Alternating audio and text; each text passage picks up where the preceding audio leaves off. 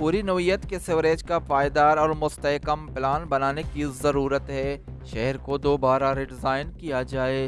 हालिया शदीद बारिशों से ग्वादर और पसनी में शहरी ज़िंदगी बुरी तरह मुतासर हुई है। अल-खिदमत फाउंडेशन पाकिस्तान मुतासरीन की मदद के लिए हमा वक्त मौजूद और अपनी वसाइल बरकार ला रही है। इन ख्यालात का इजहार अल-खिदमत फाउंडेशन बलूचिस्तान के सूबाई सदर इंजीनियर जमील अहमद कुर्द ने ग्वादर प्रेस क्लब में मुनाकिदा प्रेस कॉन्फ्रेंस से खिताब करते हुए किया।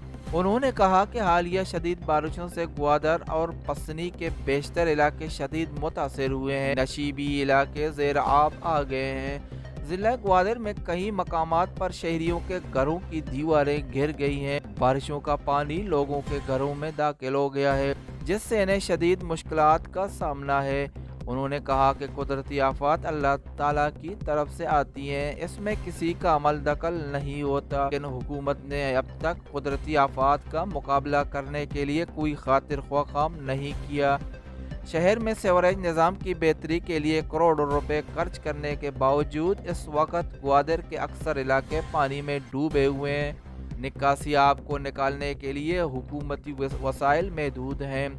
उनका कहना था कि अल-खिदमत फाउंडेशन पाकिस्तान का एक रफ़ाई तंजीम है जो मुल्क भर में 9 रीजन पर खिदमत खल्क में मसरूफ़ अमल है। इस मौके पर अल-खिदमत फाउंडेशन बलूचिस्तान के general secretary Deen Mohammad Kakar, joint secretary Nadil Ali Baloch, Makran region के नायब सदर परवेज अली, जिले सदर सईद अहमद बलोच, जमात इस्लामी ग्वादर के अमीर मौलाना लियाकत बलोच और दीगर ने खिताब करते हुए कहा कि मकसद बिलखसूस तौर पर गवादर की जो बारिशों के बाद जो फ्लड की सूरत हाल है, रेन फ्लड, उसको देखना था, उसका जायज़ा लेना था।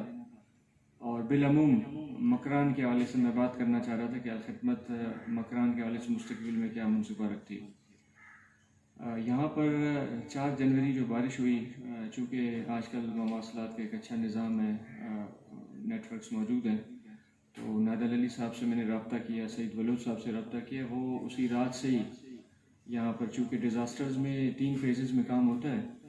सबसे पहले डिज़ास्टर किसी भी नौइयत का हो, उसमें इंसानों के जानों को बचाने का काम होता है। फिर उसके साथ साथ ही रिलीफ का जो काम शुरू होता है, जिसके अंदर खुराक, पोशाक, कंबल, इस तरह की चीज़ें वहाँ पहुँचाई जाती है। और आखिरी मरहले पर उसके नुकसानात के अजाले के लिए रिहेबिलिटेशन, बहाली का काम होता है। तो हमारी टीम ने पहले दिन से अल्हम्दुलिल्लाह वहीं से ही अपने घरों के अंदर, जो कि मकामी खिदमत की खूबी है कि मकामी सेटअप उसका हर जगह मौजूद है, तो इन सारे एरियाज़ के हमने सर्वेज भी किए हैं अब तक।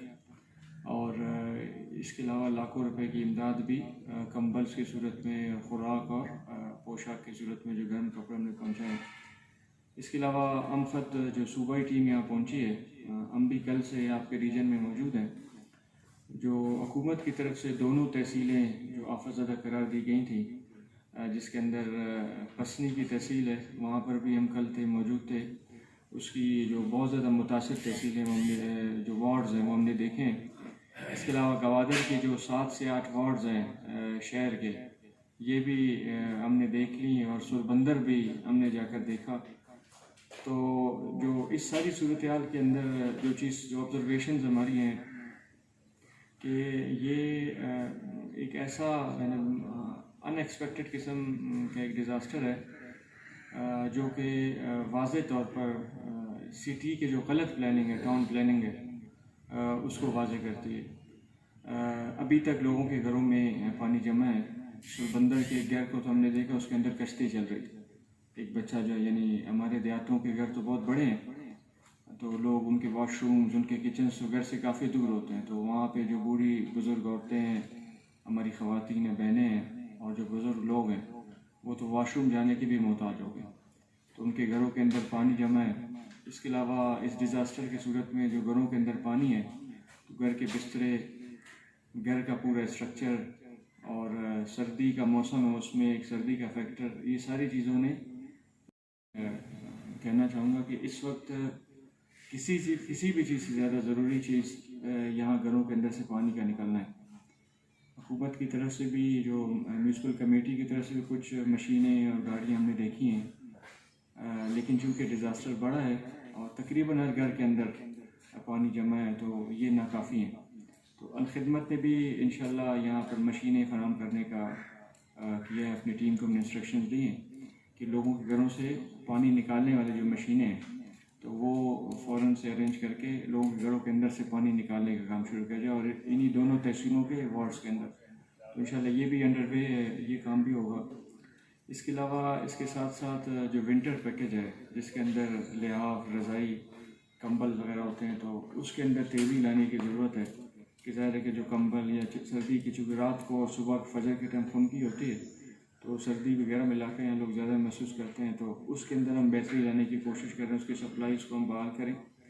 इसके अलावा जो इंतहाई मुतासिर फैमिलीज़ हैं, चूँकि रोज़गार भी मुतासिर है समंदर बंद होने की वजह से, जो इंतहाई मुतासिर फैमिलीज़ हैं उनकी सर्वेज़ और लिस्टें हमारे पास इन तहसीलों के आएँ तो हम वहाँ पर राशन भी, जो खुश्क राशन है कोई 10-15 दिनों का, वो भी वहाँ पहुँचाने का काम करेंगे।